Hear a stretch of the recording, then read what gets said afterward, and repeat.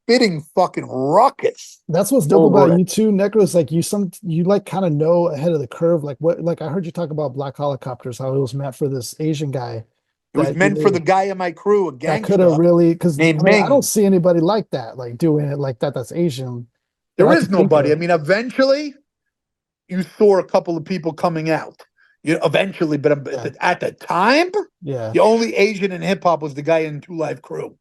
The guy that I had in my crew was a guy named Ming, who's a notorious thug in East New York, totally Korean, but totally. What would the trajectory what would it have looked like had he been on it on that beat? Because Black Helicopters on its own is a legendary beat. Here's the problem.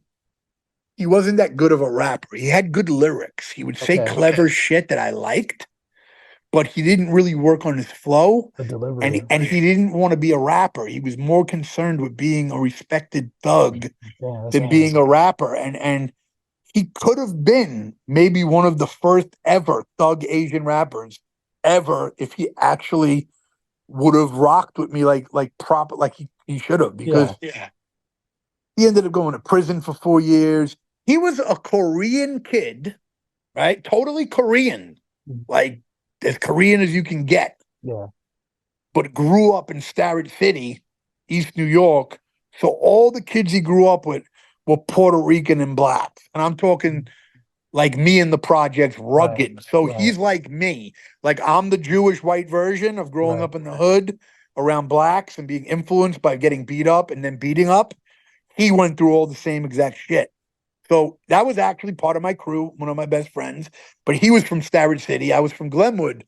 And he was very thugged out. I mean, walking around with guns, fucking like not Yeah, perpetrating though. yeah, I don't lie on shit, you know? yeah, Like yeah, meaning, I'm not I can talk about myself. I used to carry a lot of weapons as well. But yeah, Ming, had that thing where he put a lot of people under pressure. You know what I mean? Like he couldn't really put the black kids under pressure in the black hood because he was like them. So he would come to the white areas and put all the white kids under pressure.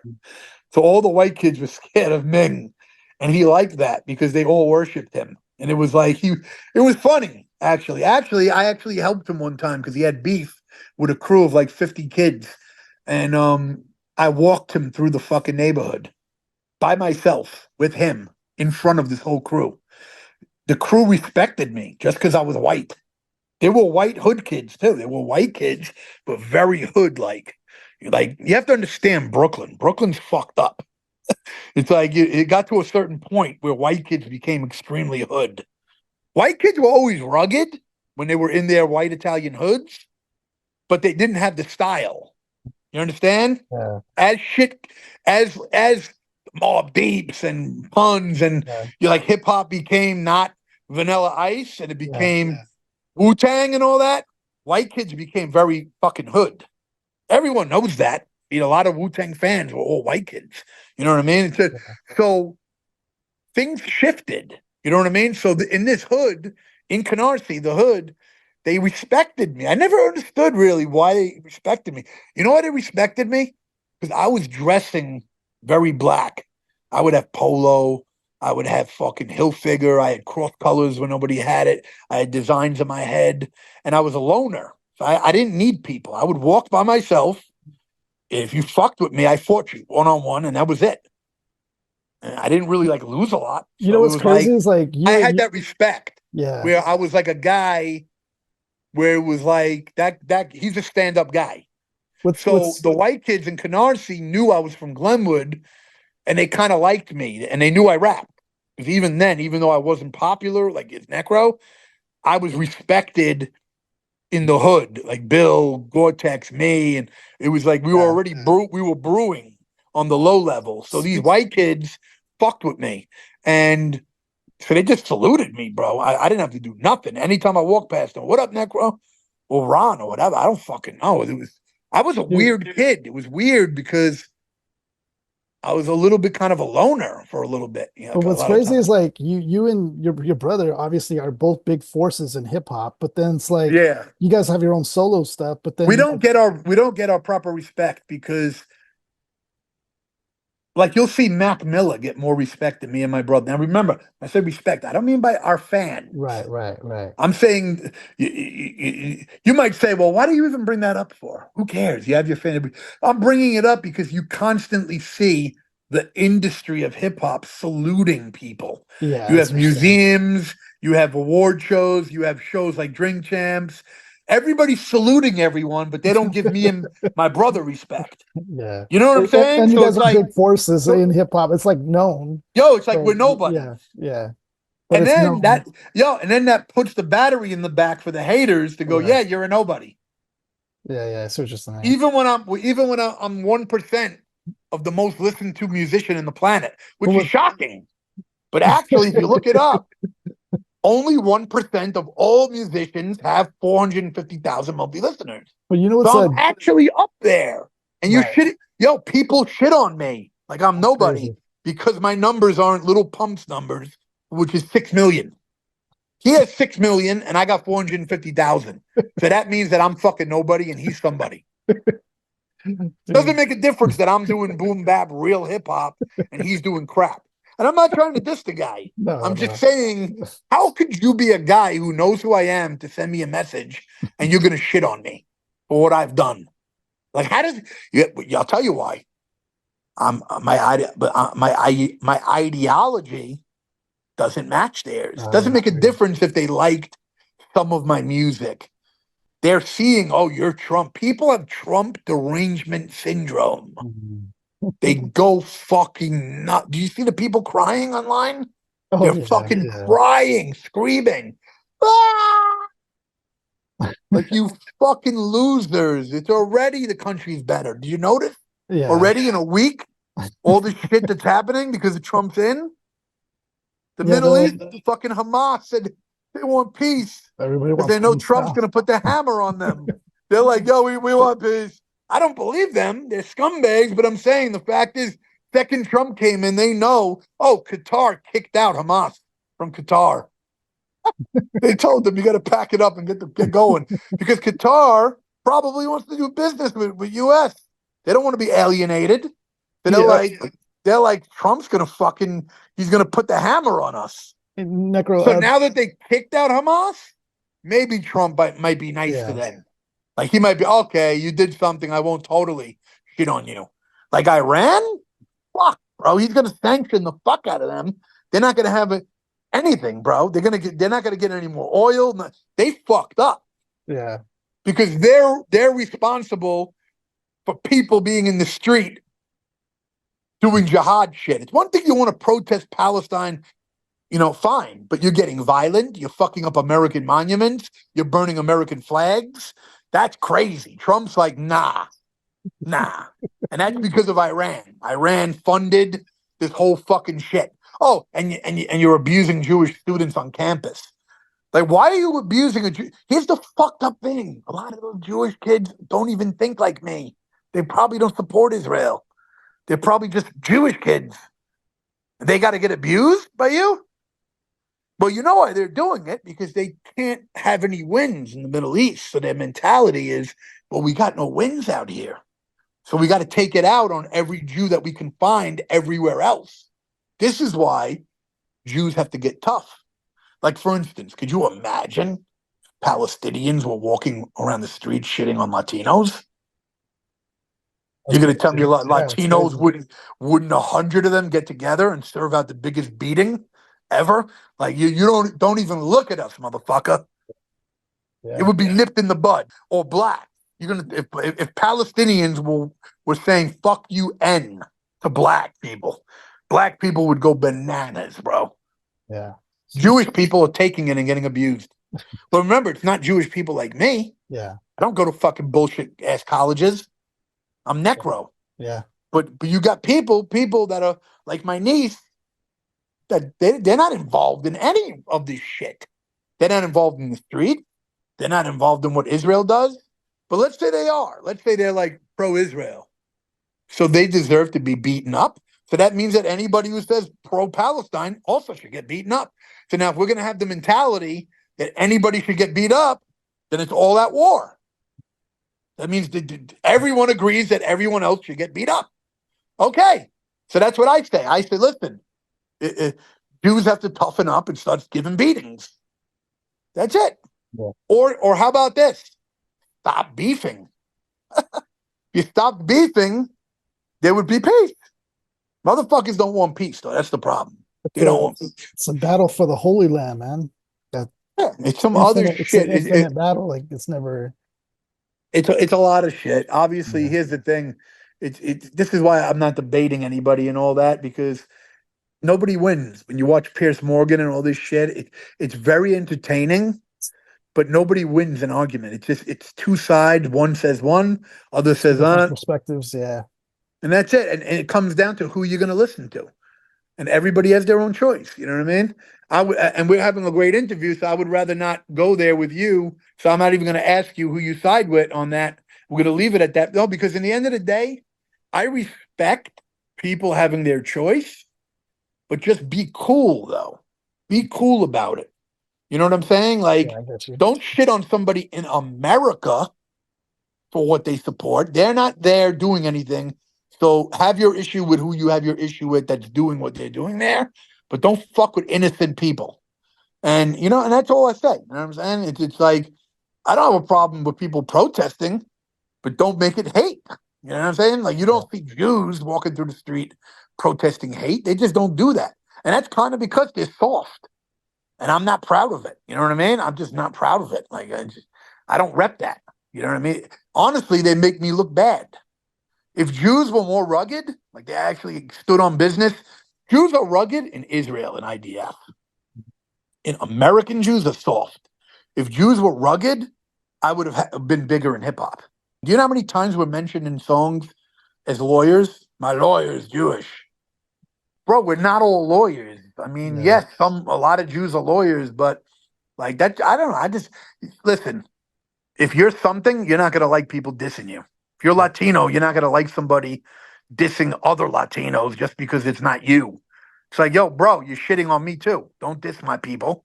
You know what I mean? Yeah. Racism should be a two-way street where you don't diss the other people. You don't want to be dissed by anybody, right?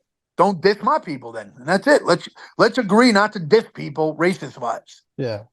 You could have opinions about shit, but like, you're gonna be stereotypical and you're gonna say racist shit and act like you don't even care. Yeah, there's gonna be repercussions, bro. Like Hey, with Kanye. Kanye lost 2 billion being a dickhead that's because crazy. he had beef with a couple of Jews. He did not have beef with the whole fucking world of Jews. He had beef with two people. So why didn't you handle it like a man behind closed doors and work it out with them? Nah, because he doesn't like the people. He hates the people. Me, I hate Kanye, right? Because he's a piece of shit. Does that give me a right to go right now and say, something negative to all black people? No, I address Kanye. So why don't you address who fucked you over? You understand what I'm saying? It's Yeah. like if it was a guy, address the guy. If it was two guys, address the two guys. Yeah. Here's another thing. You have 2 billion at the time. That means you made $2 billion or a billion or whatever with some Jewish partners. Now, here's how I look at it. Tell me this logic. Let's just first scenario. Let's say I made 2 billion with two people, but those two people I feel are robbing me because they made 20 billion. You know what I'm saying? And I'm mad. Right. Or they made 100 billion. Now I only get 2 billion. Well, first of all, I would be pretty happy that I fucking went from nothing to $2 billion with these guys. I would kind of look at the bright side. Number one, that would be the first thing. I think anyone with brains who's a normal person would say, I made 2 billion with these guys. I'm an actual billionaire, which is probably one of the most rarest things you could fucking be. Right. You know what I'm saying? So now, let's say I had a legitimate beef. Oh, but those guys made 100. And I asked them to give me another five. They don't even want to share with another five with me. I would not go publicly on TV and diss their culture and race. But what's the point of that? How's that going to get you your money back?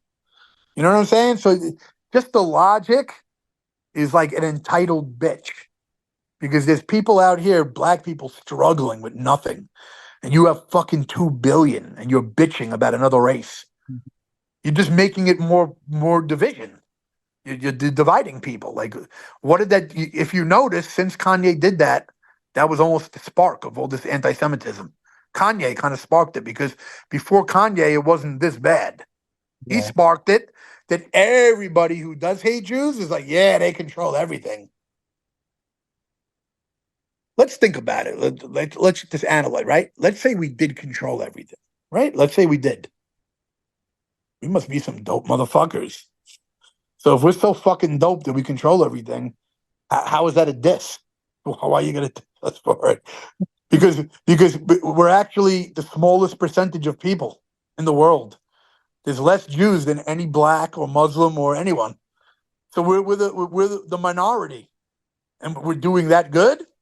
Shouldn't we be praised? Like, yo, them dudes are dope. They fucking had 6 million of them killed, and they actually are running shit. But here's the thing. Let's say Jews do run all media, right? Let's say what they did. They don't fucking help me. Have I ever been fucking helped? Not one Jew has ever helped me in Necro. It's been all non-Jews that helped me. It's all types of just people. My biggest press was Hip Hop Connection, which was a UK guy. He was my publicist. So you have to understand a lot of the logic of people. It's like they focus on certain people that might be bad. You understand? It's like blaming all black people for Diddy. Yeah. Diddy happens to be a scumbag now, though, Yeah. or at least they think he is. Right.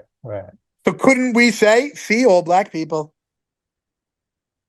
Heck, if we were assholes, we could say, see, all black people, Diddy. You can't shit on fucking a whole race of people because there's a couple of fucking scumbags. And there is a couple of fucking Jewish scumbags, a bunch of them. And there's a bunch of black scumbags. I don't know how you feel. I'm not going to talk on Latinos. Do you feel that there's some scumbags in your people? Probably, yeah.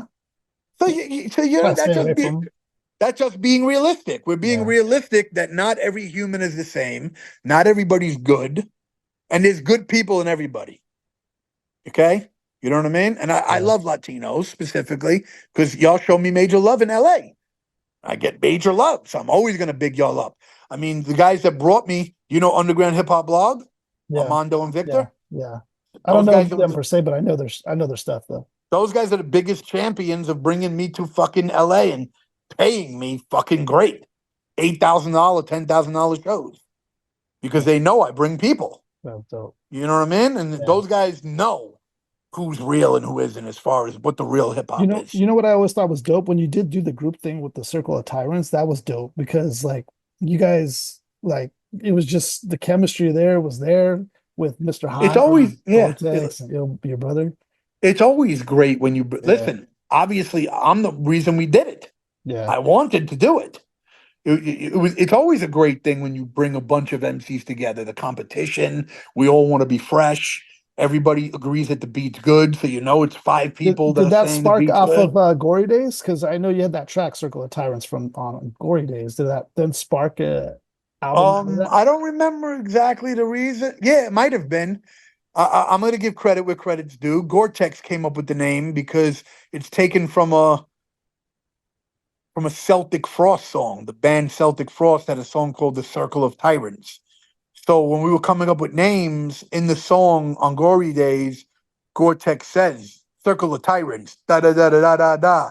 So we called it the song "The Circle of Tyrants." So when it came time to make the album, I was like, "We're going to be superheroes," and I said, "Yo, let's." And then I came up with the idea to take the Circle of Tyrants as the name. Everybody agreed it was an awesome thing to do. Who's doing the artwork? The artwork is always dope. The artwork on Circle of Tyrants was done by Al Rio from Brazil. Rest in peace. He died. I paid him probably like not even that much. Crazy at the time. Do you always have this? Did you always have him as like the guy doing the artwork, or do you have Al Rio did Circle of Tyrants? He did Sexist. No, he didn't do Prefix. Prefix is Ed Repka, the death metal legend. Ed Repka that's a painting. That's crazy. Painted that. That's dope. How crazy is that? Ed Repka is so insane. he paints the shit with fucking paint. That's So crazy. he's a legend in metal. He did like Death Leprosy. He did Megadeth Peace Cells. He's in the metal world. Yeah, Ed Repka is like the king of album art. So that's that crazy. so when I had him do Prefix, it was 2004. So he kind of fell off because a lot of his legendary covers were in 88, 86, 87, Wow. 88. So Wow. I'm getting the guy in 2004, which is like, bro, that's 14 is how many that yeah, that's 14, 15 That's years crazy. after his prime. That's crazy. So if you look at a lot of covers he did, they weren't really that good. They weren't on the level of the 88, 86 revolution of metal. So I knew of the shit that he did, and I said, "Yo, bro," and I contracted him, Yeah. and I gave him the idea. He drew the cover the way he drew it, Yeah. but I gave him the concept. I said I want it to be the pre. So understand now, necro means the prefix for death, Right. meaning Right. the word prefix. Yeah. That's I dope. also wanted it to be the prefix before death. So Yeah. the That's last crazy. fix before you die. So that's why he's holding the needle. Oh, The that's needle crazy. represents right before you die, like taking your last fix. And then the fix is a bunch of souls. So I had told him the Wow. concept and he That's, came up with it. He was like, well, what if I do a skull in a fucked up city with a syringe filled with souls and it'll be fluorescent green souls? And I was like, yo, I said, do it.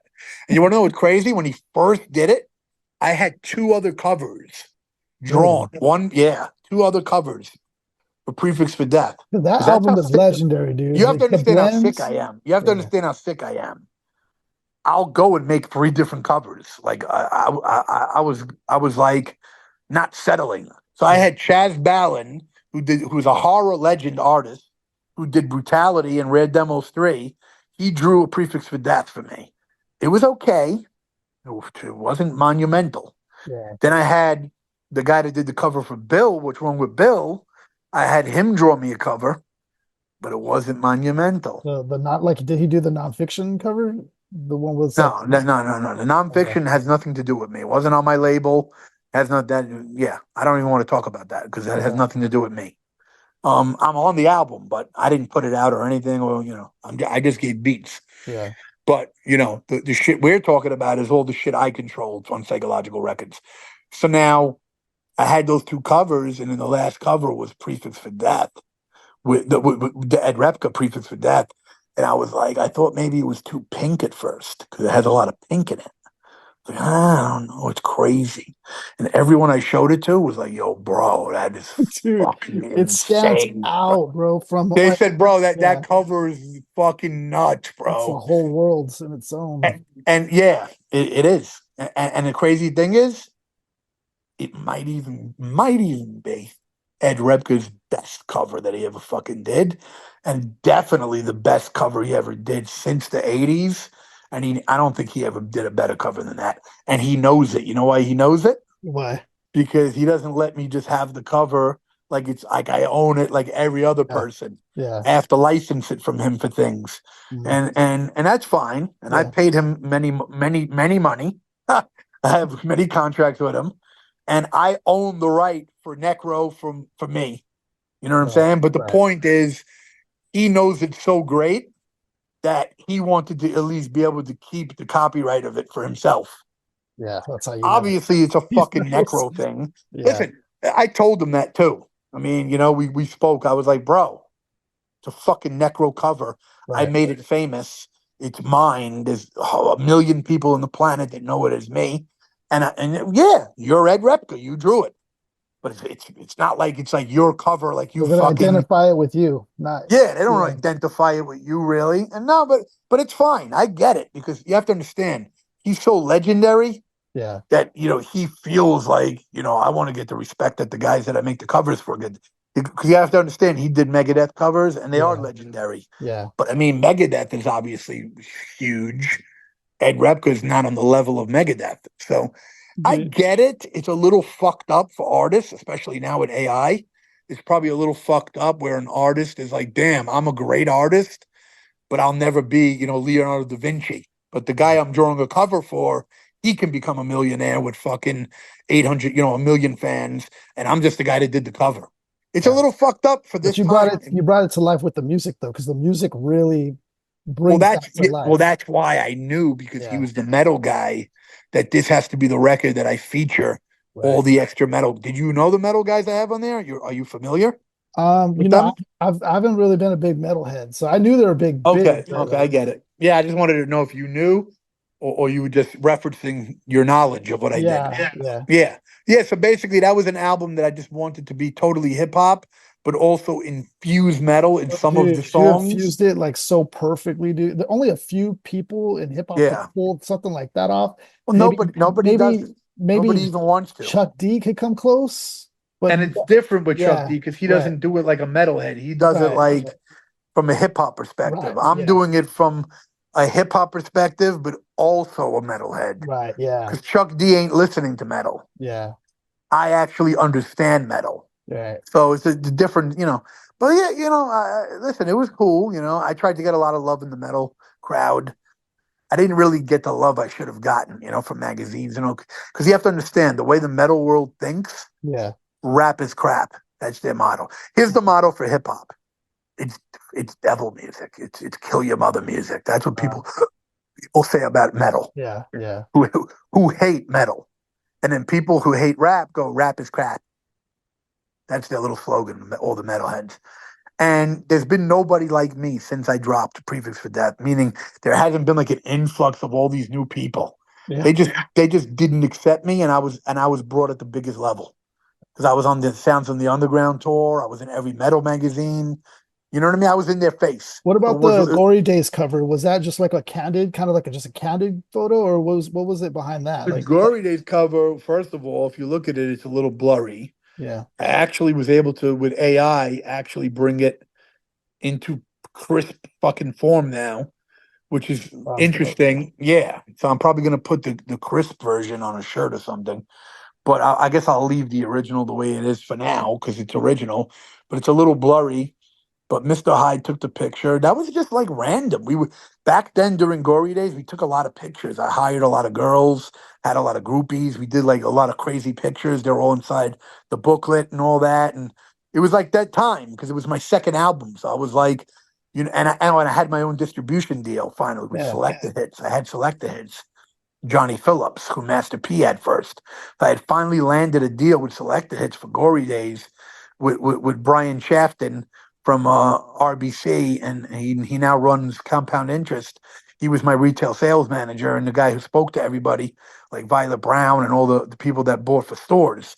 So it was one of those times where like I knew I was coming out with an album that was my sophomore. It had to be great. And I had to take pictures.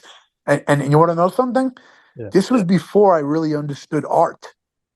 So that's why you don't see me rocking great art until the Gory Days special edition DVD, World Gone Mad cover. Mhm. That's the first time I used artwork. Before then, it was I Need Drugs, a still taken of Uncle Howie from the I Need Drugs video. Yeah, And everything was pictures that I took. Bury You with Satan 12-inch, Morbid 12-inch with me in the highway coming out with a machete. I didn't understand art because you have to understand I was so focused on music. right. I never focused on the arts and crafts of it. It was actually my father, I'll give him credit, my father and Bill maybe, that both was like, nah, this fucking World Gone Mad picture is crazy. You need to use it. That's good art. And I was like, yeah, I didn't see it at first. And what's crazy is there's a story behind that. Lay Tough is the guy who did the cover of World Gone Mad. I think it was Okay. supposed to be a shirt at first, not even a cover or anything. And Lay Tough, you never heard of Lay Tough? I haven't, no. Lay Tough is a political comic artist. He doesn't draw traditional art like you would expect, like album covers type. He draws like cartoons that are political, and he fucking hates Israel. Like, fucking with a passion, bro. And I don't know if he was knew I was Jewish at the time. I don't know, but I had contacted him because I saw some of his art. It was fucking dope. The way that this guy draws political shit, even though a lot of it is shit, he has a lot of it shitting on police from Brazil, and then has tons of pro-Arab shit. And he was just so clever the way that he drew. And I had this song "World Gone Mad." I said, "Draw World Gone Mad," and he drew the Earth head on fire with a straitjacket in a rubber room. That's It's crazy. World Gone Mad with a machine gun coming out the mouth. Fucking crazy, bro. That design still sells today. It's legendary. The track is pretty fucking evil. You ever heard World Gone Mad? That's the Yeah. second song on Bury You with Satan. Yeah. It's a pretty fucked up song. My hook is basically taken from Faces of Death. You're living in a world gone mad, crazy world, the world where death is a way of life. I basically listened to the narration and I created a hip hop hook. So Lay Tough drew that sick fucking cover, and I put that on the cover of the special edition. The reason I made a special edition DVD is because I felt that Gory Days didn't sell enough. I think at that time I might have did 20, 30,000 of it. I was like, what the fuck, man? Because Bob Perry's a piece of shit, and just dealing with the people I was dealing with, it was so shady. I told you everything was competition. Yeah. It was hard to get anybody to support you. I didn't have money, man. I couldn't get money, man. I was broke. I didn't even know how to make money yet. I just started my label. Right. And so I did the special edition to keep the album alive. Let me make another. That's what actually the guy from Landspeed told me. He's like, "Yo, make a special edition. You get to keep the album alive for another year." That's why it's I Need Drugs in 2000, Gory Days in 2001, special edition in 2002, Brutality Part 1 in 2003, then Prefix in 2004 with all the other albums. Bill, Gore-Tex, Sabagas, 2004. So that's when you notice Brutality Part 1 had Chaz Ballin, the horror artist who died, rest in peace, had his artwork. And then Prefix for Death is Ed Repka. Paul Galassi from Marvel is Ill Bill, What's Wrong with Bill cover. The Gore-Tex cover is just taken from a fucking occult cover. He didn't even specifically tell me that that's the cover.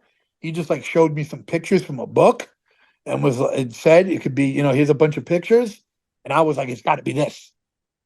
Because the fucking cover was crazy. Nobody ever used a goat on a cover, like a spiritual satanic goat. And so that was a crazy cover. And then Sabak, we took a picture of him and put Che Guevara. And then Mr. Hyde, Chaz Ballin did. So then by the time 2005 came, that's when I hired Al Rio, The Circle of Tyrants and Sexorcist. He did both those album covers. And then on Death Rap in 2007, I hired Riddick. Riddick did the cover of Death Rap. Yeah. You heard of Riddick? I haven't heard of him, but I see Riddick is this really grimy death metal artist, but he's like one of the premier, most known ones. And there's something about he draws these really gritty kind of pencil doodle covers, but of gore, and they're thick. He's basically, in my opinion, Death Rap is a classic cover, and fucking. He wouldn't do any more work for me after Death Rap. It was weird. Like I remember trying to get him to do more work, and he kept fronting. Fucking like I have a feeling he didn't like rap, but he just did it. But I had him draw like 10 different things because Death Rap comes with like a booklet, that has so it has all these Riddick artworks, and it's legendary. Like anybody who knows Death Rap at the time that gets it knows it. And there's a lot of people because Death Rap sold good, Listen, I'm not like a major big fucking star in the CDs world compared to Master P, man. I was trying to do what Master P did. I couldn't because Master P in the South, they really support you. It's different. Yeah. In New York, fucking haters, bro. Everybody's a fucking hater. So LA was probably one of my biggest markets. LA has always showed me love. That's the one thing about LA. I could never ever badmouth Cali, even though now Cali gets badmouth because because of the Trump shit and there's all Dems. Forget all that. Cali as a state always showed me love. Yeah. Yeah, that's the number one market, LA for Necro. I feel like Cali is like, as long as you're genuine and you can spit, you're good. No, but Well, Cali had to deal with people trying to act like it wasn't legit, with New York having a stupid ego and just being dicks. New York are dicks. I agree. Everybody agrees that. And, Cali obviously did their thing, but, California has a whole underground that's not like the Snoop Dogg yeah, world, yeah, yeah, and yeah. I'm more parallel with the California underground than with the Snoop Dogg and Dre world. You know what It's I weird mean? because we're like where I live, I'm like about 30 minutes from LA. So like Yeah. but we love underground. What? Where? So Like I'm what? about Rialto. It's about 30 minutes from LA, or 30 minutes Okay. to an hour from LA. Inland Empire. Okay. Inland Empire. Yeah, I know that. Yeah, yeah. So I live there, but everybody here into underground. Like, No, it's yeah, and that's the thing. yeah, A girl from Cali will like some commercial Lil Wayne. She'll like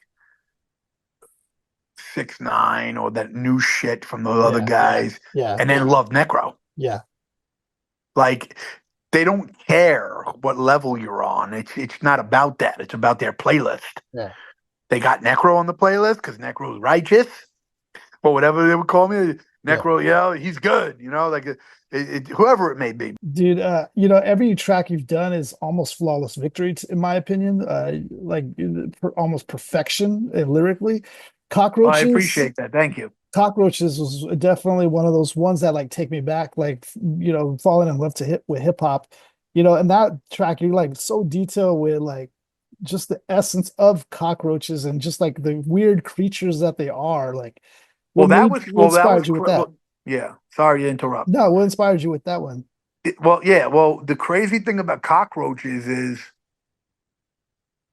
I made the beat, okay, and I got the sample from a movie, from a kung fu flick, but the kung fu flick took it from vinyl.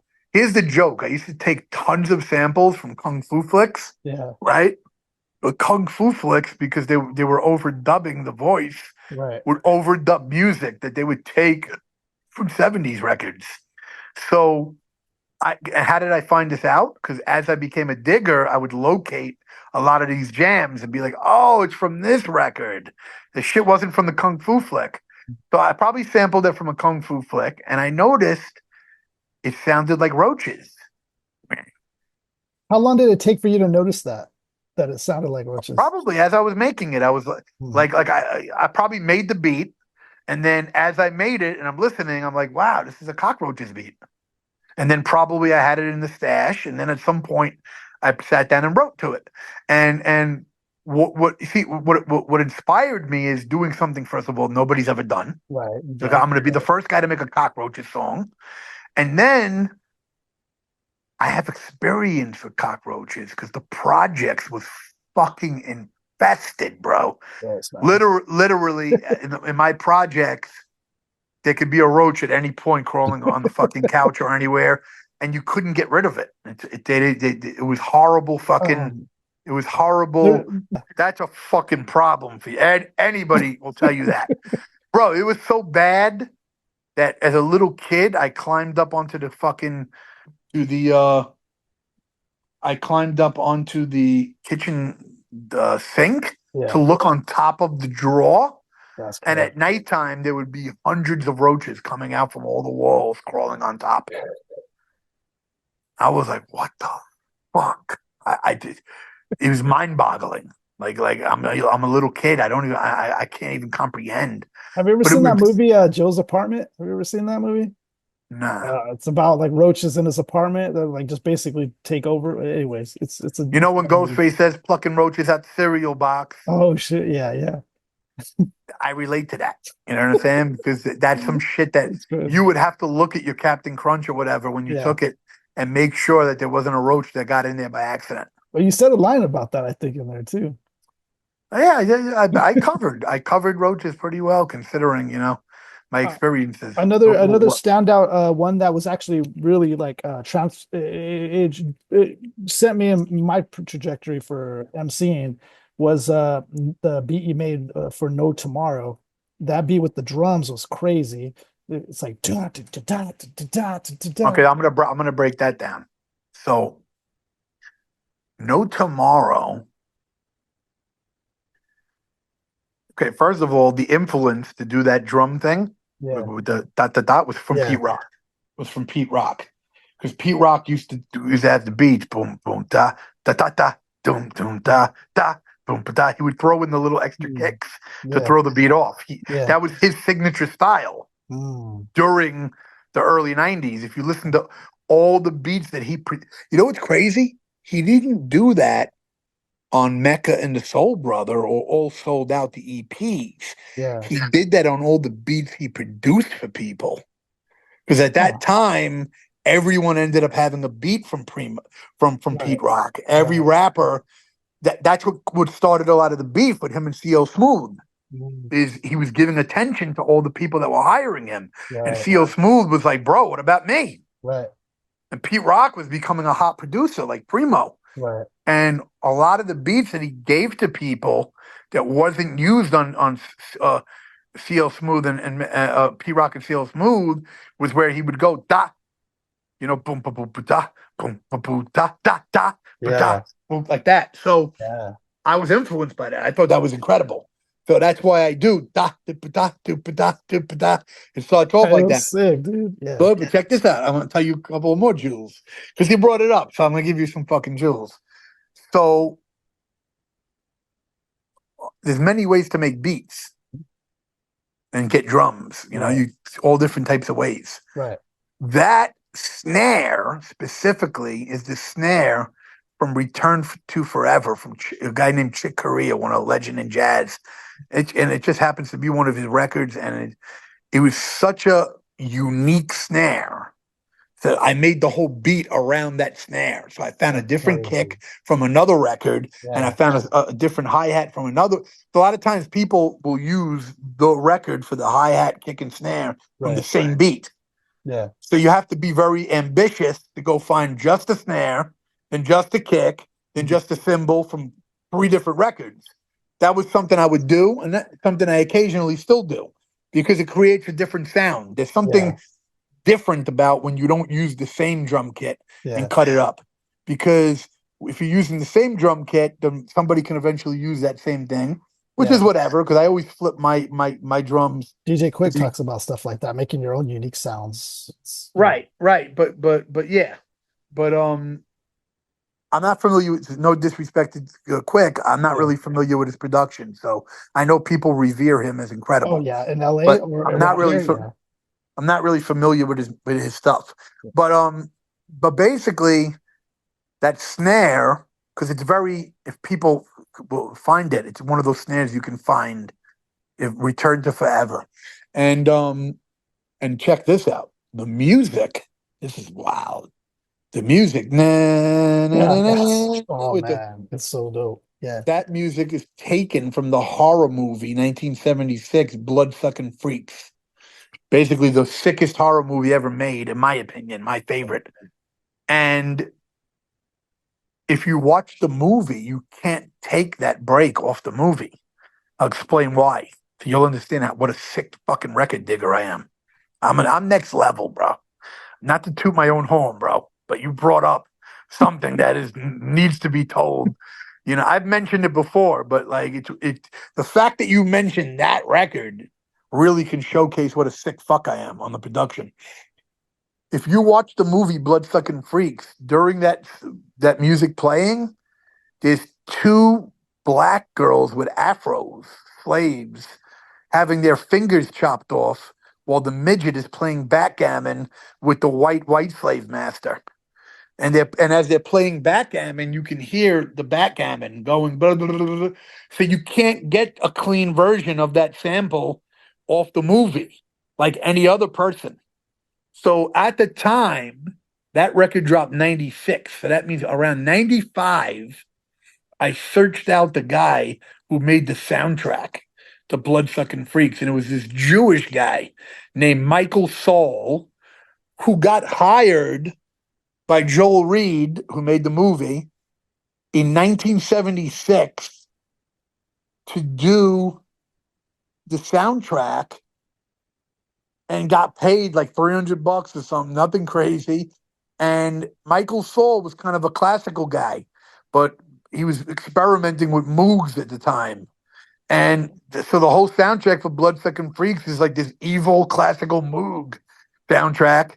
And he had the reels in his house, Michael, and I'm just a kid coming to his house. You don't even know me. I told him who I am, whatever, you know? And he's like, you want the reels? You can have them. I'll give them to you. He gave me the original reels to Bloodsucking Freaks, the only copy of the fucking reels of the music. And I went to a studio and transferred these reels with 1970 reels. They were like Wow. not even 8-track. They were like real from the 70s. You couldn't play them. You needed to go to like a professional studio. So I went to some kind of studio and had it transferred to cassette tape at the time. Wow. Barely even CD was. I ended up putting it on CD later. But at this time, the first time, the transfer was to cassette tape.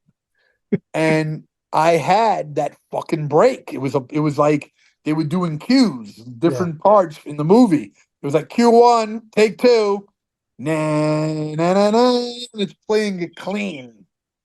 And I used that for No Tomorrow. And No Tomorrow is my first beat on a 12-inch. Basically, the first thing of Necro on an official piece of vinyl was for nonfiction. Hooked up by MC Search. MC Search was Searchlight. So it was under his name, like for a company or whatever. But it was my beat. I was the A side. I don't know. It was the A side. Did they make that other beat the A side and they make No Tomorrow the B side? Which is crazy, right? Because nobody isn't that crazy? Because nobody remembers that other beat. Doesn't get mentioned. And as a competitive guy at the time, I was a little annoyed. I was like, this fucking shit ain't fucking with my shit. Right. You know what I'm saying? I was probably like, why the fuck is this a B-side?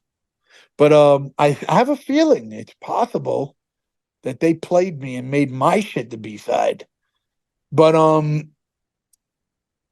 or here's how they did it. I don't think they did A and B side.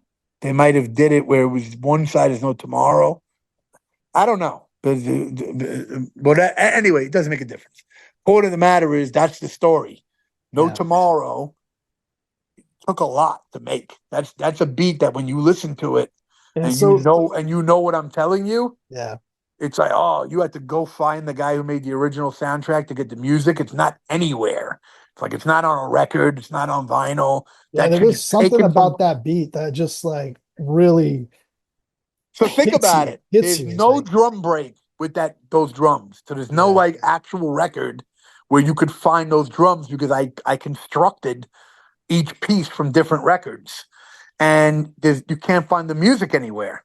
So that beat is ultimately like a super obscure beat, technically.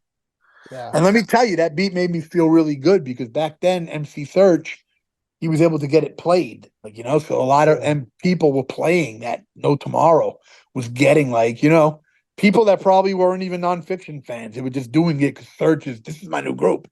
So that it would get play. And I'm hearing my shit. And every time I heard my shit on the radio, it was like a high. It was, oh, wow. Because I knew it was hot. Oh, that shit is fire. Another dope one, Violence of Violence. Is another dope one, man. Okay, well, Violence from Violence. That sample with Joan of Arc. I watched the movie before I listened to your beat, and when I heard that's a whole different story. Yeah, I heard it with that. It just what's crazy. You know what's crazy about that? There's a legendary movie by Jim Jarmusch. You ever heard of Jim Jarmusch? No. And he made a movie called Down by Law. And I remember, I don't even know if I saw the movie, but I remember it was talked about as like a legendary, underground movie. And that samples from the soundtrack of Down by Law. And I've never heard anybody tell me they found it. So I'm giving up a fucking jewel now just because you mentioned it and it's 2024 and fuck it, who cares? You know what I mean? I'll share a couple of samples here and there because I know it'll make people happy. But that's a Jim Jarmusch sample. The drums, the drums also, that kind of drum kit is not a drum you can find, meaning it's also a kick, snare, and cymbal from three different records. So if you like those kind of drums, like if people are like, yo, I like the drums on those songs, that's a style, a Necro style that I created. Yeah. I mean, at least for me. I don't know what Primo does. I'm sure Primo takes different things from different places. We all do. We all do Right. what we want. We experiment, here's the thing: if you hear something, it's because we felt it was finally hot. We experiment, and then we let you hear what we think is ready. So you can do anything. Anything's allowed to. And then if you release something whack, then you're the idiot that decided to release it whack because you had a choice where you could have waited a week and still worked on it. You know what I mean? So Do there's you no do reason to ever release a beat that's garbage unless you don't care about your reputation. how do you filter your writtens? Because if you write something, is there ever a time where you like throw it out because it's like, nah, it's too cheesy, or do you ever do that? Filter? Yeah, like say if What you're do you writing mean? something, say if you're writing something and you're just like, nah, it's kind of corny. Let me try it again. Do you ever run into I that? learned something that writing, just write and keep it. You can always come back to it later, and it's probably hot when you can look at it 3 months, 4 months later, or a year later. Okay. Don't ever not 'Cause think that's what I struggle with. Like when I write, sometimes I'm like, nah, it's too corny. Let me try it again. And that takes me what longer you to got. come Okay, back. here's what you got to do. Just write. That's it. You could think it's corny. Just keep writing, and then if you don't want to write anymore, stop and save it. And you might come back to it and be like, wow, this actually is hot. Like I'll write thug rhymes sometimes, right? Like, yo, you don't want to get slapped up. Don't make you'll get your whole shit clapped up. Yeah. Motherfuckers wrapped up and fag shit like Tim Walls, sucking balls. I'm just going off the top of being Yeah. funny, but I'll write some shit that sounds cool, but then I might think, a little too, it's not Necro style, or maybe it's too simple, whatever. I come across it at a later date when I'm working on a thug beat, and then I look at the lyrics, and then I start rapping them over. And I'm like, wow, this sounds really good over this.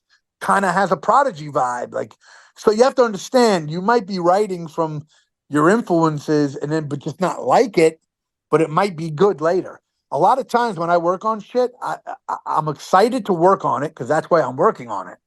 But after working on it for so many hours, I don't think it might be great. Do you believe in writer's block at all? Is there such a thing? Yeah, but I Yeah. figured out a way to get through it. I don't remember who. I heard it say once. If you have writer's block, just write anything. Just like literally. Let's say I have writer's block right now. Okay, motherfuckers are dicks. Motherfuckers are dicks. They keep condoms on their fucking head. Bust a load in that dude's mom. I'm the one that created him. Let's just say stupid shit, whatever. The point is, now you're sparking ideas. And it's written down. Now you might look at that line and fix the line another day. When you say, oh, he's a dick, blah, blah, blah, tell him to put a condom on his head. Now you might have been like, oh, shit, I never thought of doing that rhyme with saying someone should use a condom on their head because they're a dick. And then now you have a new Or inspiration to fix the line. But at that point, you might have not been good at writing good lines that day because you had yeah, writer's block. yeah. Well, listen, that's a suggestion. I mean, there's suggestions where people could say go meditate. You know what I mean? I mean, you can do anything. But what I do is I just write whatever comes to mind at the moment. It could be anything. For instance, I could see something written. Let's say I see something written and it says blah blah blah is unhinged. I'll start rhyming with the word unhinged and start finding something good to say with unhinged. You know what I'm saying? And then next thing you know, I have a whole fucking verse. And it's incredible. And it's on a day when I was feeling like shit and didn't want to write. You know what I mean? So that's what Yeah. I do. I don't put the pressure on me. You have to understand, I have a lot of pressure on me to be perfect. being Necro, Yeah. people expect. If I don't come dope, people will. Here's the thing about being dope and having a fan base: you will get shitted on if you do not come correct. It's the people that love you will be like, "Fuck that motherfucker, he's sucked." Now, I don't think I've ever been whack like that, but that's because I have fear of being that. I'll keep it real. I actually fear not being dope enough, and that fear will push me to put in the work because it takes work. Yeah. Yo, bro, I might work on a song for a week. I might work on a song for a month. I might work on a verse for 2 weeks. I might work on a verse all day. I might knock out a verse in an hour because I'm inspired and everything's just coming out. You know what I'm saying? So it's Yeah. like it's all random. You know what I mean? You just got to find your process. You have to find your obviously there's more artists in the world than we can fucking name. So everybody's writing. So just everyone has their own process. You gotta figure out in your mind, well, what's gonna get me to do this? Sometimes one thing I do is I block out time. I tell myself I'm not gonna do anything else but 3 hours of music I'm working on. As much as I want to check emails, as much as I want to check comments, as much as I want to watch a TV show, I tell myself 3 hours, nothing but music. So then my brain doesn't have to worry about fucking emails, doesn't have to worry about that. All I'm worried about is production, listening to production, and figuring out what kind of hook and verse I'm going to come up with.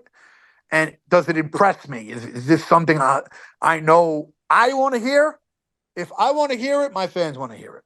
If it's something that I know, I'm going to be like, yo, that's fucking dope. Hey, So there was that's how I always made my music. I made my music in a way where, you know how you hear shit from people and you're like, that guy sucks. right. I don't want to make music like that. I'm never going to make music like the guy that I don't like who sucks. It's just, I'm not going to do that. Yeah. And it's going to be different.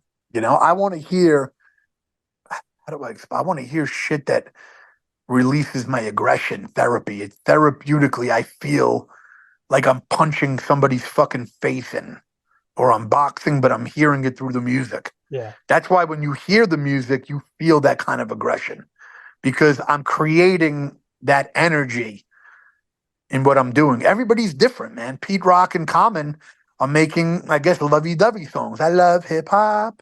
And that's cool. Yeah. I mean, Not I dissing. like I'm it. not I dissing like it them. too. Yeah. I don't really love it, but it's I love Pete Rock in his heyday. He's an influence.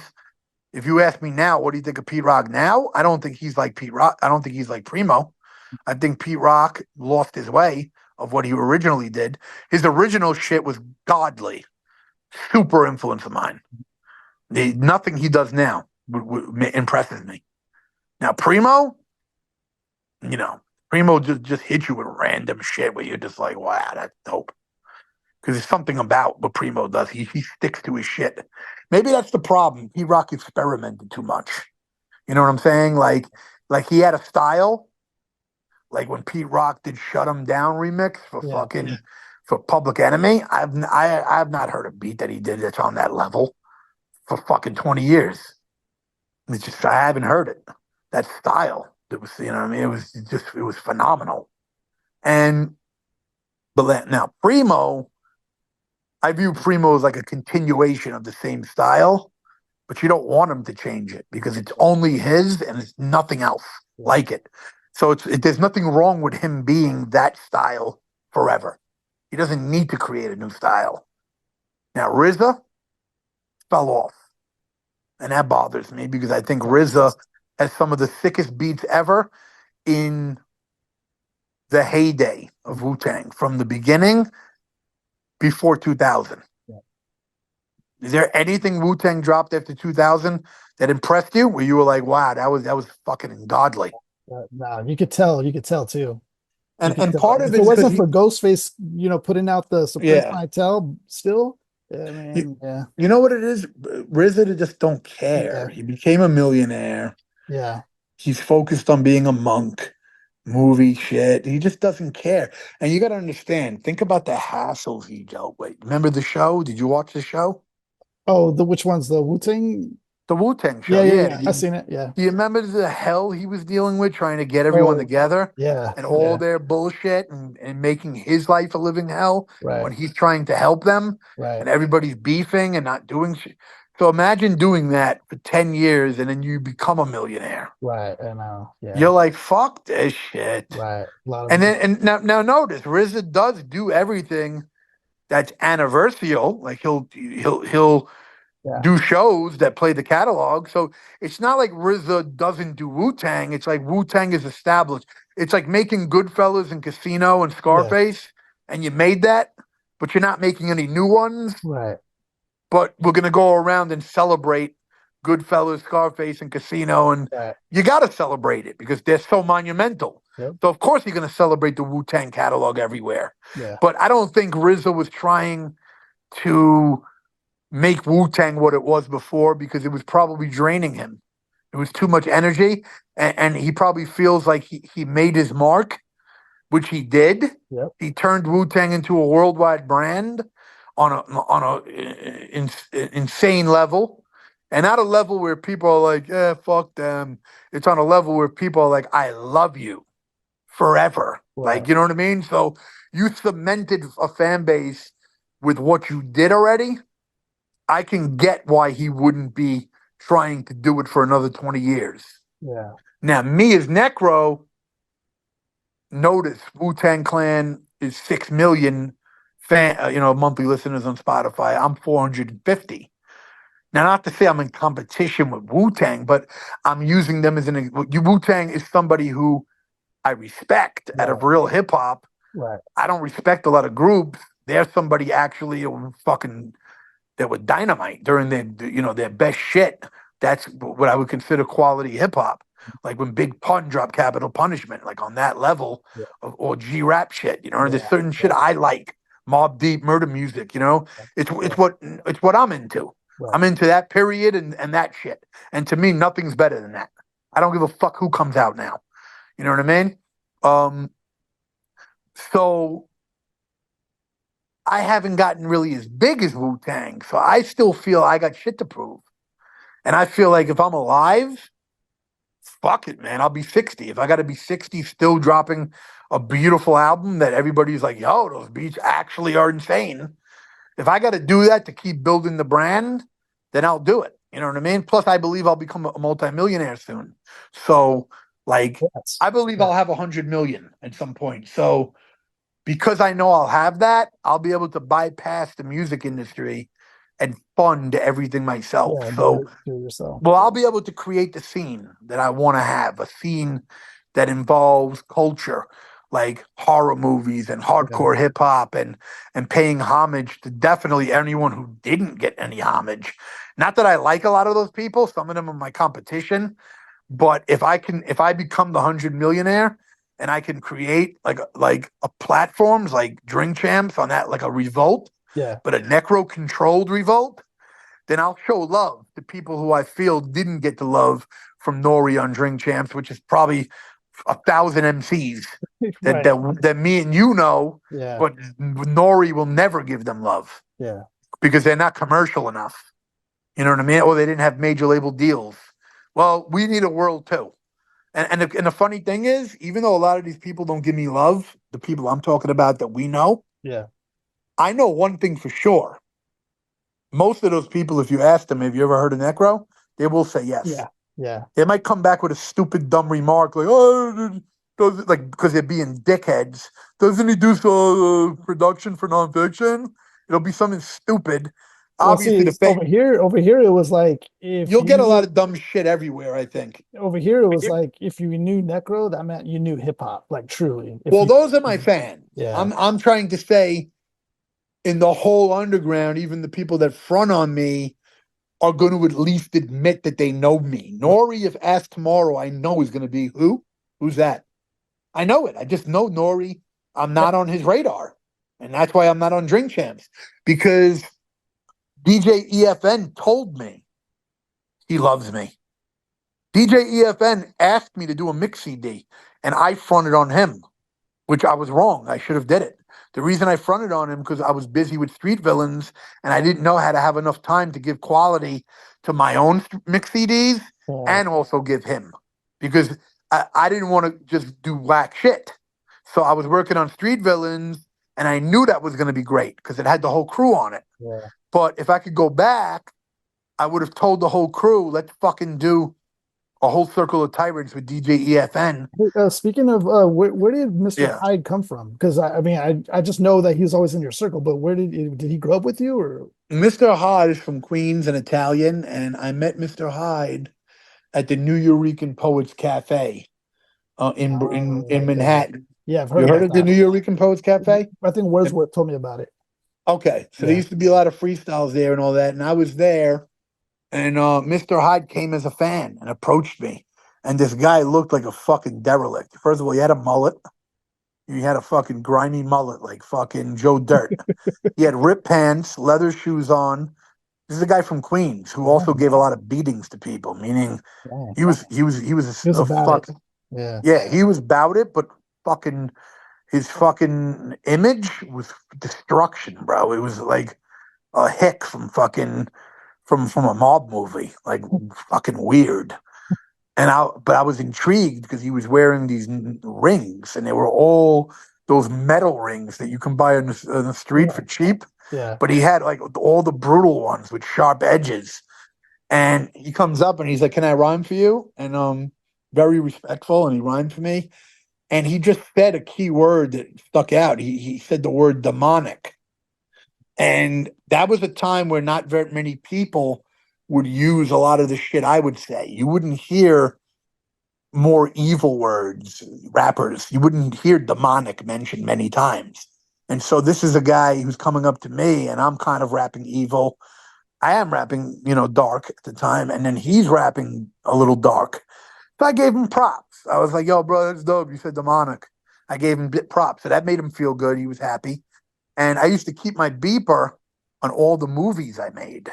I had made movies. Check this out. I Yeah. made college movies. I've seen some of them. I've seen one of Yeah, them, I think. they look shitty now when you look at them, but at the time in '96, it was fresh because the movies all had break samples on them. So it was silent movies with Super 8 millimeter, Yeah. but over time, they got old and they didn't age well, and they're just not really. If I could have retook the masters and redid them, it would be great. It would look better, because you could make it like fix the film. Are you thinking about So doing that again, or are you doing that again? Or nah, I don't uh, even care. I don't want to waste my time on that. I'd rather okay. work on new shit and I want to make a Necro network. First, I got to make my millions. I'm Yeah. working on that now. You know what I'm saying? I don't want to worry about some old shit. But basically, the point is, I used to make a lot of money with those movies because Fat Beats would take like 100 at a time Oh, and also really? sell. Yeah, Fat Beats would take my movies and sell them to all the stores. I was in every magazine, gave me a write up for my movies from college. 187 Reasons Why and The Devil Made Me Do It. I dropped 187 Reasons Why before Dame Dash dropped Streets is Watching. Before that, there was no movies.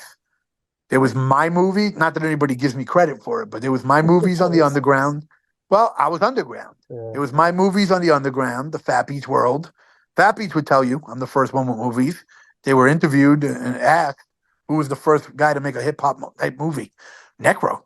So basically, I used to make a lot of money with them, but I put my beeper on all my CDs and movies. Mhm. So Hyde was able to beat me. So he would beat me and kind of annoy me a little bit. "Oh, yo, what up, man?" Like he was kind of a groupie. So, but I liked him because he was respectable.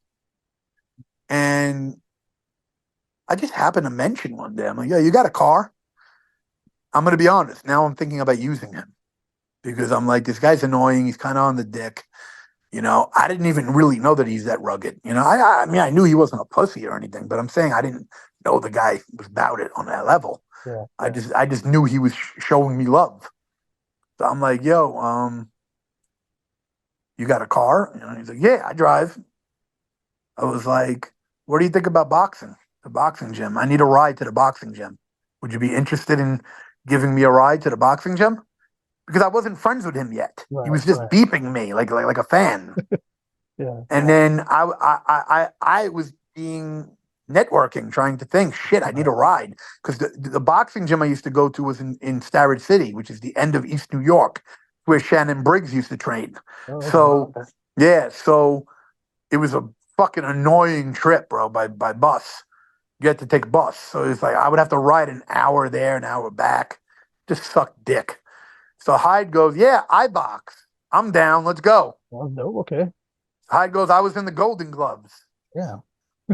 Yeah, Hyde was in the Golden Gloves. So I'm like, oh shit, this guy knows boxing. I was shocked, but pleasantly happy that he was Yeah. down. So I was kind of like a fucked up person at that time, like because I knew that you have to understand when you're a white boy that dresses black, and which I acknowledge I did that. I'm not saying I was trying to be black. I dressed black culture. Black culture was polo, all the fly shit. White boys didn't dress dope. Yeah. When you're a white guy that dresses black, you bring a lot of drama to you. You know what I mean? And Yeah. you're trying Yeah. to come up in the rap world. A Yeah. lot of people want to test you because they think that you're vanilla ice. Yeah. They Yeah. don't understand. I'm from the projects in Brooklyn. I'm going to punch you in your fucking face. You're not playing me, and I'm Yeah. serious about this rap shit. I'm playing a fucking game with you. Right. Right. You know what I mean? But they don't get that until you get gully on Yeah. them. Right. Trust me, and not trying to mention my brother, but besides me, my brother also had to son a lot of dudes. He never talks about it, but there's a whole array of rappers that have been put in their fucking place by Bill, and me too. But you know what I'm saying? Yeah. I'm just saying, like, where we come from, we dealt with so much ruckus that by the time we got into rap, it was no tolerance. You know what I mean? And a lot of people didn't like us for that. It bothers them. Oh, you think you're a tough white kid? Fuck you then. I don't want nothing to do with you. I heard Because you notice the white kids that get ahead usually a pussy. If you're like an ass kissing pussy guy, they let you hang around. But if you're hardcore, it's like they're offended by it. Like, what, you yeah. think you're tough? Well, yeah, I'm tough. I'm from the projects. I'm not a pussy. My father was in the IDF. My father was a fucking asshole, bro. Started beef with everybody. Everywhere I went, he had a problem with somebody. My father would start a beef in McDonald's with the person behind the counter if it wasn't fast enough. Like yo, psycho. Like not normal. Something wrong with his mentality. And he fought in the 6 Day War. What about And I your know mom? that. Was Well, like my she mom's the good? opposite. Sweet, nice, totally nice to everybody. The Yeah. opposite. That's why I'm a sensitive guy. I cry. I love my mother. My mother is my world. I mean, I not to sound like I'm gay, like a little mama's boy, but my mom is 75. Yeah. I treat her like she means everything. Right. Right. I mean, Do, first of do all, any man that wouldn't, you better have some real good excuse. Like your well. mom really was Well, look at shitty to Pac. you. Look at Tupac talk about his mom's. Exactly. Yeah. So listen, everybody has different situations. I have Right. my mother worked really hard. Okay, we were in the projects. She had to take the train every day to deal with a bunch of men, Yeah, imagine. Yeah. in these jobs that weren't respectful. And she was very good looking, not like a slut or anything, but she was very pretty. So Yeah. obviously she had to deal with men. And I just know about all these slimy scumbags where she worked and all that. And she did all that to come home after 5 days working, hard working, getting up early, 6 a.m. in the morning, taking the fucking L train, which Wow. goes through every hood. Yeah. So you're not like it's not like a white neighborhood or anything. You're mixed with everybody on the Yeah. train. It's Brooklyn, New York, and she's bringing home money, and we're eating good. Right. So my mother did her job. You know what I'm saying. Obviously, she ended up kicking me out at one point because I refused to do dishes. I got kicked out because I would not do dishes. I couldn't do it, and we got. But anyway, point of the matter is, I love mom. Yeah. Not only that, you forgive shit. I mean, who cares about little kid shit? The point is, you're here. You're 75 now. I want every year to be a great year. I Right. want every day to be a great day for you. You know what's cool is I saw something online. The Ill Bill's talking about you and him were doing a performance one time, and there was a guy in the crowd with a little sign that said, "If you guys don't do our life, I'm gonna kill myself or something. And he looks to you, he goes, "Hey, you see that? You want to do that track?" And you were like, "Let him." I don't remember that. I was busting up though because Yeah, I don't remember. I don't remember that. you don't remember that one? All right. No, no, no, not that one. But what was that? What was I saying? I was just telling you something. Oh, You I were talking fucking about your mom. She was like 75, no, no. and But before that, yeah, I don't know. I forgot. but But that's another one too though. Like our life, man. That's another class. But you have so many classes, dude. It's kind of crazy. our life, our life, I originally made because I wanted to sell the track to Busta Rhymes. Oh, really? Oh, Yeah, and I had kind of been dealing with a bunch of tape beat people that get shit to people. yeah. And I knew somebody who gets beats to Busta. And I had made that with Buster in mind and couldn't get it to Busta. So I recorded my verse. It was a Necro track at first. Yeah. I recorded my verse on it. And then I had to come up with something for a Bill single at the time. People don't know we made it first an Our Life single, which has me and Bill on the cover with a gun. Yeah. We're both holding guns. And then I just gave it to Bill. Like, oh, Bill, here's use this track. I'm already setting it off. We'll make it an Ill Bill track. So it ended up on Brutality Part 1 as an Ill Bill track. But it was originally a Necro solo track with my verse without the second verse done. And originally the beat was made for Busta. So that's the story behind that. And oh, and that's one of the Asian records I stole from WKCR that Stretch Armstrong let me steal. Dude, That's a that's sample from crazy. one of those vinyls. Dude, that's crazy, man. Isn't that crazy that Stretch It's Armstrong, crazy. I'm such a sick fuck to want to steal records. Stretch Armstrong lets me steal. I take the record. I'm a sick producer. I produce fucking that beat. Can't get it to Busta. And then want to use it for myself. And then somehow it ends up as an Ill Bill song featuring Necro and Brutality is Our Life. And Our Life, I do agree, amongst the fan base, Yeah. is a classic song. It's Oh one of yeah, those, it's aged really yeah. well. Yeah, it's aged It's really love. well. It's not love. That's the thing. You know how we're talking. I am actually a star in the underground. And Big notice time. how, like in the Big time. Nori world, like of the Drink Champs, Yeah. we're not even respected. Like our world, he has no respect for us. It's like if you are not signed to a major and you are independent, like I don't understand how you could have been part of the whole Fat Beats world, which was a store in Manhattan. Mhm. There was radio that played us. We were I in know every Primo went there. magazine. Yeah. We had shows, and hip hop wiped us off from even existing. Nobody. It's not even. It's not like Necro doesn't get love. It's everyone. All You don't nonfiction. you don't Necro, you Vinny, don't think in time he will come to a point where he will reach out to you? You don't think like it's just a matter of time though? Like him. Well, yeah. he just doesn't fucking know. I would have to blow up on a next level where all of a sudden everyone's talking about me for something, and then he'll research me. Then if he researched me and saw all the shit with G-Rap, he might be a little bit more warmer to me. But he don't know me now. So I'm not even mad. You can't expect somebody who had the world given to them, Leo Cohen, huge fucking videos on TV going platinum, to respect an underground rapper. He doesn't it's a different world, man. Yeah. Let me tell you, every person that I ever met that was on a major label, I'm not going to mention names, but every person I came across is disrespectful to underground in their attitude, in the way they talk to us, in the way they think of us and treat us. Everybody. So you can just go thinking about people that you know that were on major labels, that had deals, Right. that had videos on Rap City and all that. All those characters, I've come across many of them. They all think they're better than me, and I'm below them. You know what? They might listen. They might in my face be like, "Yeah, yeah, yeah, you should," blah, blah, blah. But then they don't work with me.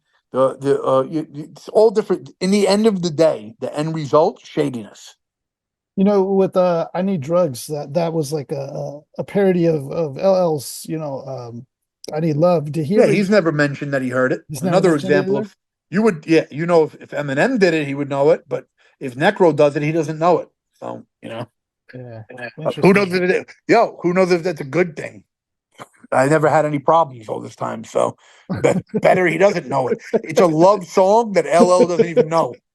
Isn't that crazy that millions of people probably know the song and love it and have it on their fucking playlist? But Yeah. LL Cool J, because LL, you have to understand, LL, I respect him. Did you hear his new album? Yeah, his new album's fire. Yeah. I like Really? I I thought it like it. sucked. You guys liked it? I liked it. I I was liked it. disappointed. I actually thought Q-Tip could do better on the beats. Mm. Remember, this is coming from a person who likes them both. Oh, okay. I respect them both. I was disappointed in the album. I thought the beats could be better. And I asked the fans on my page, I was like, what do you think? Because I didn't like it. And Well, everybody you agreed have a with me. different ear though. You have a different ear because you're coming from the actual producing and so your ears. Listen. I Yeah. love their early work though. So it's not like, you know what I mean? I'm not saying it was terrible. Yeah. It just wasn't phenomenal. Like Yeah. Yeah. I would have expected LL with Q-Tip.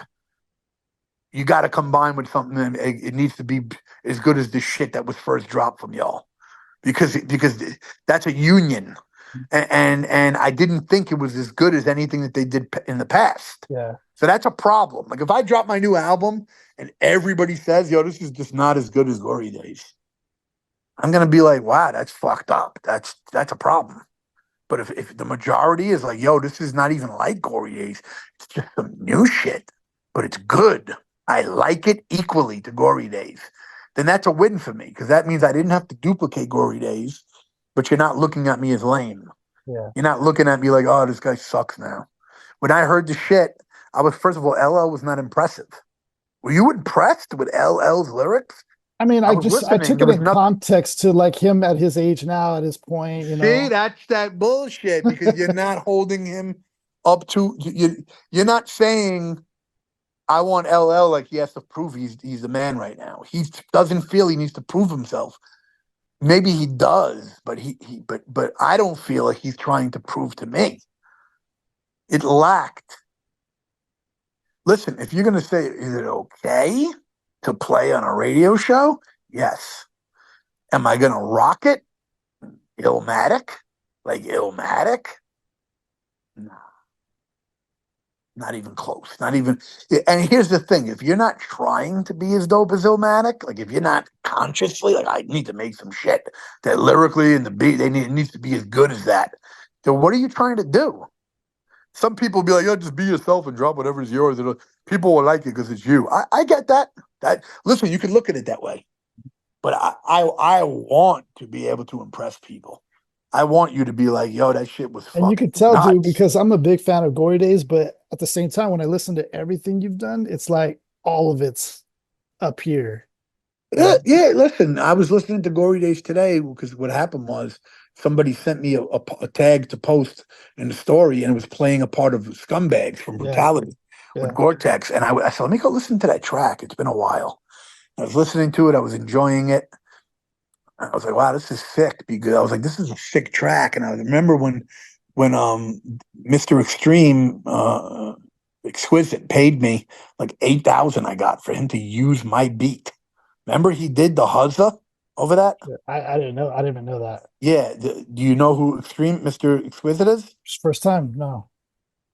Kind of dropped off radar. He had a deal at one point. So it's probably been 10 years now. So, but I remember he used my beat and put a video out. It had LP in it and it was on my beat and he didn't ask for permission, but he made a whole video and got a record deal off it. So the record company knew I could sue them. So the guy who was the A&R is like, you can't just use his shit. You know what I'm saying? And we put it out on an album with a major label. So I milked them for 8 Gs. I was like, shit, man. So I could get a payday off this. Yeah, maybe I'm a little fucked up. But I mean, why shouldn't I? If you got a whole record deal off of my beat, Yeah. fuck that, man. I should get That's 8 Gs. what OC did to Eminem when they used his beat on the 8 Mile. OC. Okay. OC Okay. did that with Time's Up. Yeah. Okay. No, fuck that. Why not? I mean, Yeah. in the end of the day, everyone should get paid. But why should Eminem be the only guy who's a millionaire? Let OC live. Yeah. OC probably didn't even have the success of Eminem. Yeah. So the least he should get is fucking paid good for that. That should be where he gets his payday. Not to say just that, but I'm saying that should be an example where Eminem should be proud to hand over 50 G's. Yeah. You For know how much he OC, got? Did yeah, he to get 50 legend. G's? I think he did. I think he did. Yeah. Good. I believe so. And, Yeah. and, and he deserved it. Yeah. So for me, because of my level, 8 Gs to me was a lot at the time. I was like, yo, I want like 8 for this.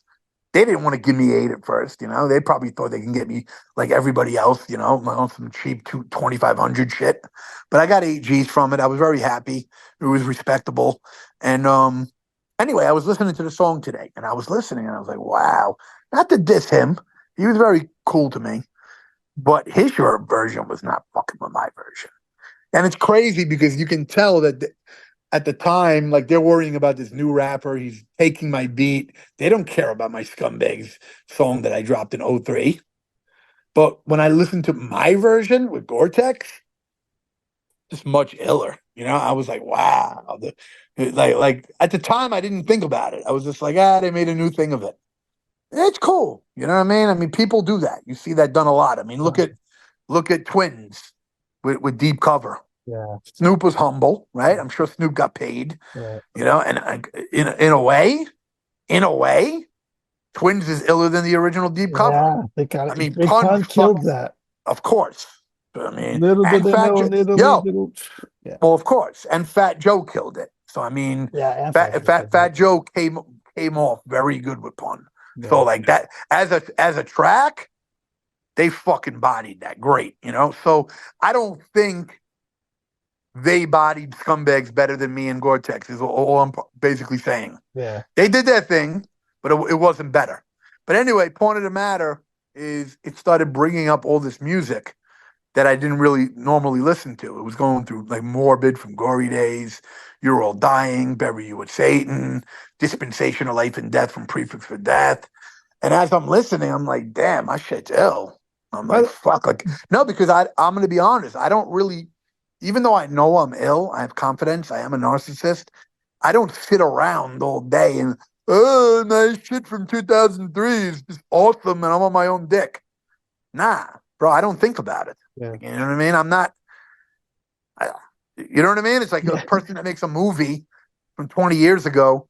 They don't sit around watching the 20-year-old movie. Yeah. You They're work on the trying to, next. they're trying to work on the next script. So when I was hearing it kind of like randomly, like I didn't plan it, it hit me differently. It's one thing when you go look for the song and then it hits you because you were looking to Right. hit Morbid on Gory Days.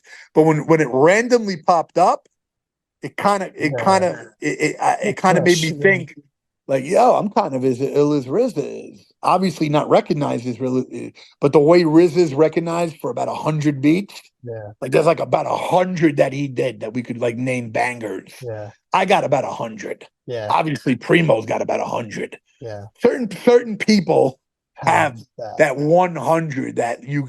I mean, do I have 100? Do you think I do? I I think think I so. probably got 100. I think so. Yeah, if you add up all the albums and the features and the Yeah. produced albums, there's about 100 bangers. So I was just like, damn, it's kind of whack that I don't get the props I should get from the community because people always tell me, well, fuck them, fuck them. I'm not gonna lie, it does hurt my feelings a little bit that I'm not getting respect, and I feel like it is because I'm white and Jewish. Now, you know, people will hear this and you know what they'll say. I already know because people do it. Yeah, good cry, baby. Yeah, yeah. What about Mac Miller? And it's like, bro, man, look at the shit he did and the shit I do. I'm releasing murder rap, Yeah. thug fucking shit. I'm from the PJs, Ruckus. We're kind of like a white Wu-Tang vibe as far as it's hardcore. Yeah. That's fair. Mac Yeah. Miller, Mac Miller didn't release that, so he's not a good comparison. When you want to say people are accepting a Jew, and then you bring up people that are not hardcore, I'm going to ask you who hardcore white dropped from Brooklyn? A hardcore white rapper from Brooklyn. Never. Oh, Never got a deal. yeah. Never got I a forget fucking off the deal. top. Never got a fucking deal. Okay. The only person that blew up bigger than me that says he's from Brooklyn, but I never heard him claiming it when he first came out, is LP. And personally, Okay. I think LP sucks. And not only that, he never repped no hardcore shit. But you know, and I used to get shitted on for LP by like publicists and magazines. They would give him covers, and then I would get dissed, and I would ask why am I getting shitted on? And it would be because I'm a misogynist. You have to understand this left agenda shit was going on when I was dealing with all my rivalries. Right. They were all trying to shit on me, saying I hate women, and you have to understand, a lot of women are in the industry, so they have a lot of say in certain things.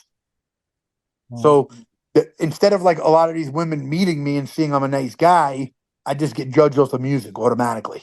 You're a misogynist. So I'm a woman hater, according to them, because I put out something, sexual. And so I had to deal with a lot of this dumb shit. See a lot of these guys that are not better than me, definitely not better than me.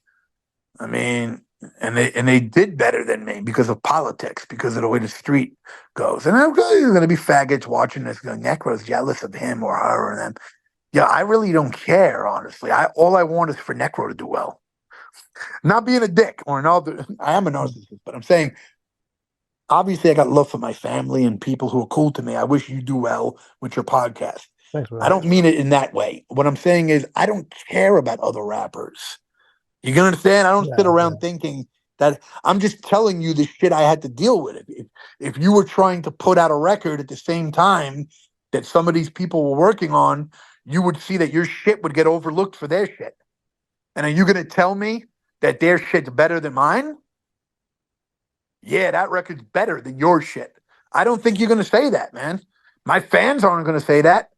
In the least, you would have to give us all dap and say, his shit was hot, your shit was hot. So then if we were both hot, why would I get less press and why am I not getting love? And, because I'm going to keep it real with you, bro. It's the democratic politics. All these people have voted for Kamala.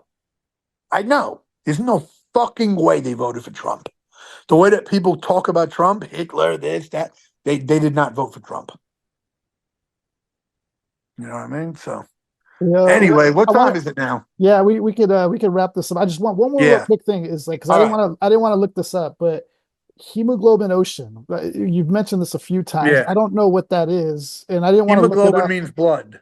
Okay, I see. Hemoglobin is blood. All right. It's another word for blood. Okay, because you Yeah. said So it a few times in the it's a crazy vocabulary. Yeah, it's it's a a crazy crazy word. word for blood. Hemoglobin. So it's just some part of the blood. I don't know if it's blood exactly, but hemoglobin is part of blood or is blood. Yeah. I'm not sure the definition, like exactly. I'd have to look it up to precisely say what it is. But when I'm saying hemoglobin ocean, it's Yeah. referencing a blood ocean. Uh, You know what I mean? Like because hemoglobin, when talked about, it's like in reference to your body. Oh, the hemoglobin. He has low hemoglobin cells. Or, I don't know. I've heard it mentioned many times in reference to the blood and tests and things that it'll be mentioned on blood tests. Hemoglobin score, blah blah blah. So it sick. definitely yeah, blood.